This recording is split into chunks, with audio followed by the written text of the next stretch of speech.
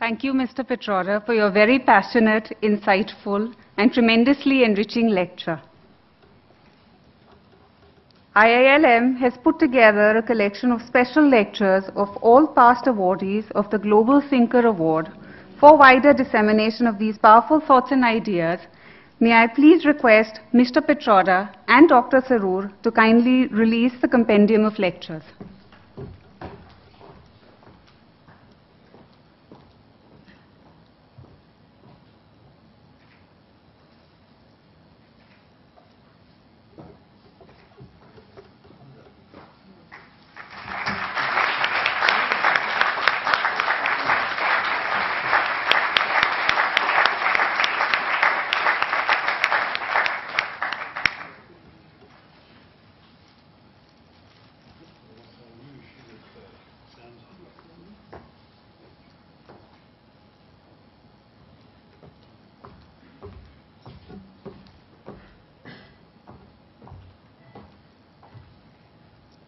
May I now invite the Honorable Minister, Dr. Tharoor, to share his thoughts with us.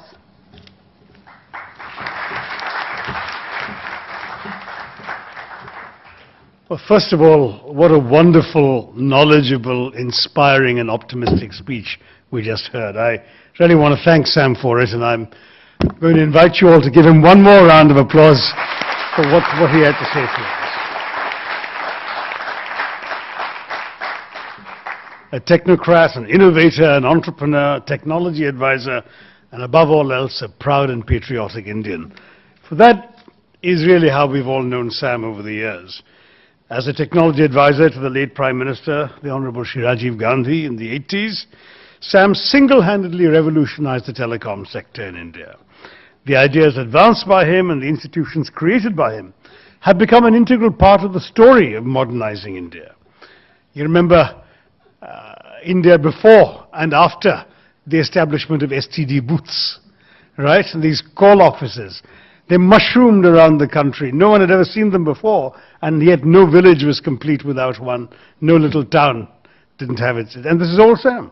As the first chairman of the Telecom Commission, he played a key role in shaping modern India by propagating the widespread usage of technology in the development of our society. He helped revolutionize our development policies and philosophies, and he saw technology as a key to social change. He pioneered the development of the Center for the Development of Telematics, CDOT, which has become a globally recognized hub of telecom technology. This is very much in the Nehruvian tradition, and Pandit Nehru always emphasized the need to involve technology in various aspects of society, locally and globally. He set the tradition of every Prime Minister attending every session of the Indian Science Congress. That was Nehruji who started that. But what I think Sam was able to do is take this away from these rarefied conferences and university halls into the rural areas of India. He's actually been able to use technology to bridge the rural-urban gap and help harness the potential of our villages to the maximum.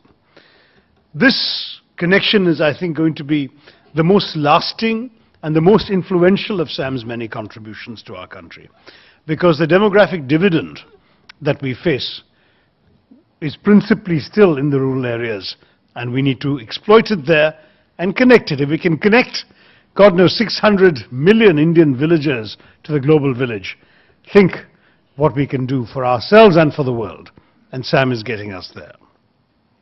As chairman of India's National Knowledge Commission, he's developed policies that will help create knowledge capital. We've got this huge population, 65% under 35, 560 million under 25, as Sam said. All of this will actually need a solid knowledge base if it's going to be a significant and useful force in the world, rather than frustrated, unemployed people without a stake in our society, the kind of people who have been prey to the blandishments of the Maoists in so many of our districts. If we want to change that, it's Sam's approach that's going to work. And I'm proud that he's leading the effort in Kerala, in my home state, to create a knowledge city in my own constituency of Thiruvananthapuram. But as he said in his lecture, with knowledge comes innovation.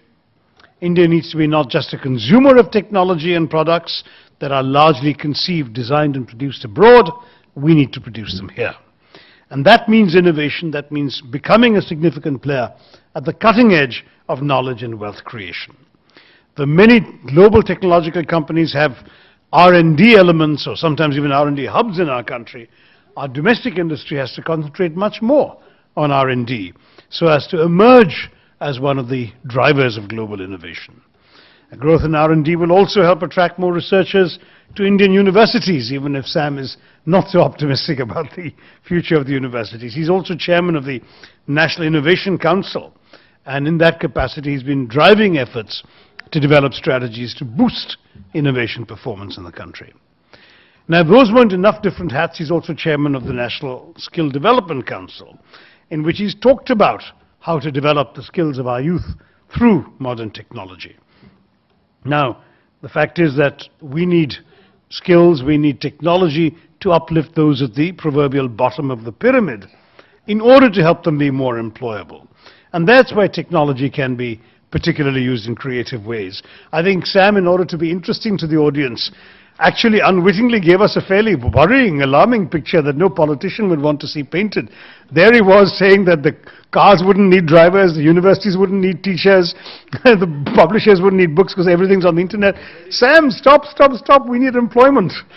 And the truth also is that I think that if we actually have all of these video conferences and online courses and so on, I would want to have a teacher in the classroom to help explain it to the students,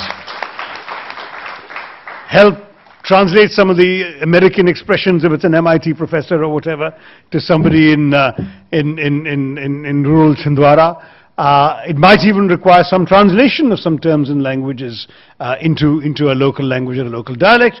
So I would want to keep the teacher employed even while using the technology to bring sophisticated knowledge in. No, the teacher should be in the classroom. We'll fight about this separately. So what I would like is one online course with Sam Pitroda sitting in Chicago and lecturing to a million students in India, but those million students would be in 100,000 classrooms, each of which will have a teacher. Otherwise, we will have an unemployment problem in this country also. But apart from that, and as for the drivers, I'll leave it to your imagination how we'll use them in these driverless cars. But the point I'm trying to make is we do need absolutely to use technology as Sam suggested, but we also need to marry it, I think, to the needs of the human beings for whom, as politicians, we're all responsible. And I think what Sam's doing with his public information infrastructure and innovations, this is really transforming the quality of our delivery systems through a broader and deeper use of technology. Because, you know, Professor and President Abdul Kalam used to speak about providing urban facilities in rural areas. It's actually a very good concept. Why should you have nothing but mass migration to the cities? If you're sitting somewhere in India answering phone calls from American consumers, what do they care whether you're sitting in Bombay, in a suburb of Delhi, or sitting in a village in the middle of Madhya Pradesh? It wouldn't matter to them. But it won't be possible to do because Bombay and the suburb of Delhi are the only places where you've got these connections so far. The day we have a serious broadband backbone in the country connecting every village, we can actually start bringing work to the villages that so far can only be done in the towns. And it could be a tremendously exciting future as well. So I want to embrace Sam's vision. I want to embrace his optimism, his enthusiasm for technology, and I want to marry it to the needs of the poor, the young, and of course the rural in our country. Sam has done more than anybody I can think of to transform the usage of technology in India.